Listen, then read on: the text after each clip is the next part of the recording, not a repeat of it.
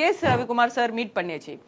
அவங்க என்ன சொன்னா, அவங்க மீட் பண்ண ரொம்ப சாரி போட்டு போனா, ஒரு கிளாமரா ட்ரெஸ் சாரி போட்ட போனா, என்ன நீங்க இவ்வளவு கிளாமரா இருக்கு, எப்படி ரேணிகுண்டா மாதிரி ஒரு ஹோம்லி அவ்வளவு எதுவுமே தெரியாத பொண்ணு மாதிரி எப்படின்னா நடிக்க சொல்ல என்ன கேட்டுறீங்க?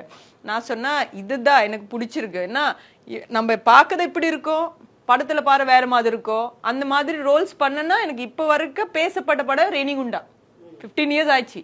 எனக்கு ஒரு 15 இயர்ஸ் கதை படம் கேட்டேன்னா நானும் மறந்துட்டுவான். அதாவது ரேணிகுண்டா எனக்கு லைஃப் டைம் அச்சீவ்மெண்ட் மாதிரி தான் இருக்கு.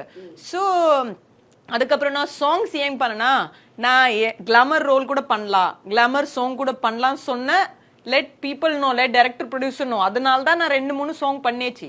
அதுக்கப்புறம் எனக்கு பிடிச்சனா கேரக்டர் தான். என்னன்னா ஹீரோயினே பண்ண சொல்லிட்டு ஹீரோயினுக்காக வெயிட் பண்ணது பொண்ணு கிடையாது. ஏன்னா லைஃப் போயிட்டே இருக்கும்.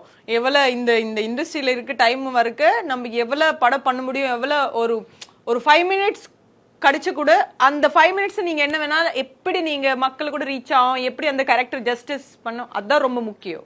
So I'm very performance artist. அதான் நான் பார்க்குவோம்.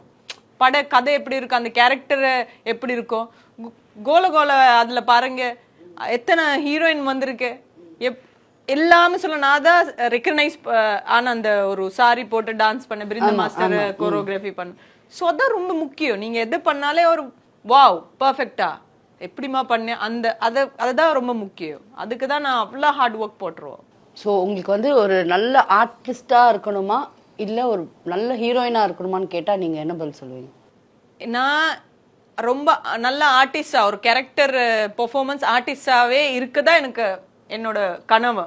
அதுதான் நான் வாழ்றேன் இப்போ. அதனால எந்த கம்ப்ளைண்ட் எனக்கு இண்டஸ்ட்ரியில இல்லை. யார் என்னோட ஒர்க் கொடுத்தாடு கூட என்னோடல இருந்த என்ன டேலண்ட் யாருமே எடுக்க முடியாது. ரேணிகுண்டாக்கு அப்புறம் என்ன ஆக்சிடென்ட் ஆனா நான் சொல்றேன், 1 இயர் ஒரு மேனேஜர் என்னோட பேரை ஸ்பாயில் பண்ணிச்சு. என்னோட நம்பர் அவங்க நம்பரே சேவ் பண்ணிட்டு, சஞ்சனா இல்லாம ரொம்ப ஆட்டிடியூட் பொண்ணு, அவங்க போன் பிக்கப் பண்ண மாட்டேன். அவங்க முன்னாடி போன் பண்ணோம் சஞ்சனா சிங்க்கு. பட் அந்த சஞ்சனா சிங் நம்பர் என்னோட நம்பர் கிடையாது. இது எனக்கு கொஞ்சம் பல வருஷம் போன, ஒரு 1 இயர் போன அப்புறம் தான் தெரிஞ்சிச்சு இந்த விஷயம். 1 இயர் எனக்கு ஒர்க் கிடைச்சு இல்லது. அதுதான் அடுத்து நான் காம்ப்ரமைஸ் விஷயம் கூட சில பேர் அப்ரோச் பண்றோம். நான் பண்ண மாட்டேன் சொன்னா அவ்வளவுதான். அதுக்கப்புறம் அடுத்த ஸ்டேஜ் போவே மாட்டேன். நம்ம பர்மிஷன் கொடுக்க இல்லாம எவனை நம்ம தொட்ட மாட்டேன். அப்ப என்னதான் நீங்க போய் கம்ப்ளைண்ட் பண்ணது எனக்கு ஒன்னும் புரியல.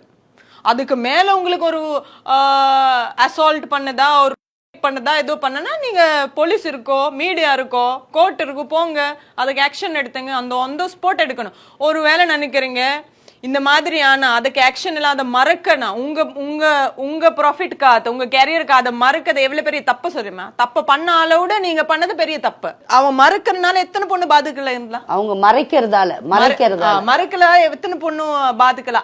அந்த தப்புக்கே இவங்க தான் பொறுப்பு. இண்டஸ்ட்ரியில பார்த்தா நிறைய பொண்ணு கூட ஷார்ட் கட் தான் எடுத்துருங்க. ஏன்னா எனக்கு படம் கொடுங்க, நான் என்ன வேணாலும் பண்றோம்னு சொல்லிட்டு அது பண்ணக்கூடாது, தப்பு. ஸோ வர யூனிட்க்கு இண்டஸ்ட்ரி ஃபர்ஸ்ட் ஆஃப் ஆல் ஒரு வேலை ஒரு தப்பான ரூட் எடுத்தனா ஃபியூச்சர்ல என்ன நான் சொல்றேன் உங்களுக்கு. என்னன்னா நீங்க ஒரு தப்பா ரூட், ஒரு காம்ப்ரமைஸ் பண்ண ஒரு படம் எடுத்து சொல்றீங்க, உனக்கு ஆக்டிங்கே தெரியல, அந்த எடுத்து கொடுத்தாலேயே அந்த படவே ஹிட் ஆக மாட்டேன். அதுக்கப்புறம் அவங்க ஃபியூச்சரே இல்லை. அந்த ஒரு படம் பண்ணிட்டு அந்த ஃபியூச்சர் அப்படி க்ளோஸ் ஆகும். எதுக்குமா தேவை? அந்த நீங்க ஷார்ட் கட் பண்ண இடத்துல அது பண்ணாம நீங்க ஆக்டிங்க்கு ஃபோக்கஸ் பண்ணுங்க, தியேட்டர் பண்ணுங்க. உங்களுக்கு ஆக்டிங் அந்த இருக்கா, அந்த திறமை இருக்கா மட்டும் பாருங்க. இதெல்லாம் நீங்க ஃபோக்கஸ் பண்ணதுன்னா லைஃப் ஒரு பிரைட்டான வாழ்க்கை இருக்கும்.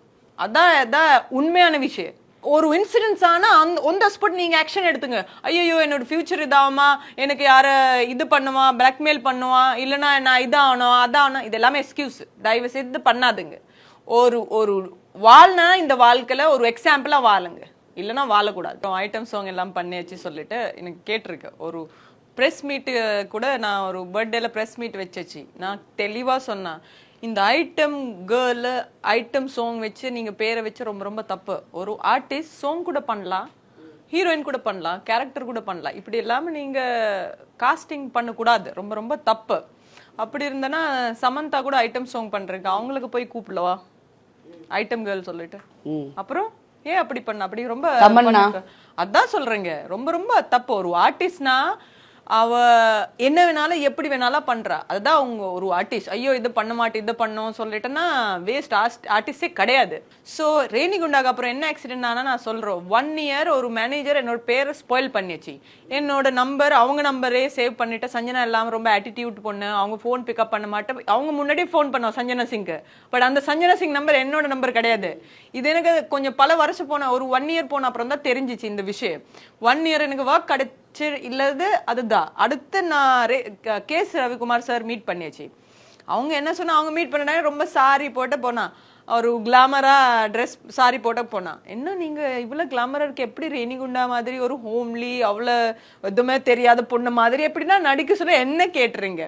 நான் சொன்னா இதுதான் எனக்கு பிடிச்சிருக்கு. ஏன்னா நம்ம பார்க்கறது இப்படி இருக்கோம், படத்துல பாரு வேற மாதிரி இருக்கோ, அந்த மாதிரி ரோல்ஸ் பண்ணனா எனக்கு இப்ப வரைக்கும் பேசப்பட்ட படம் ரேணிகுண்டா.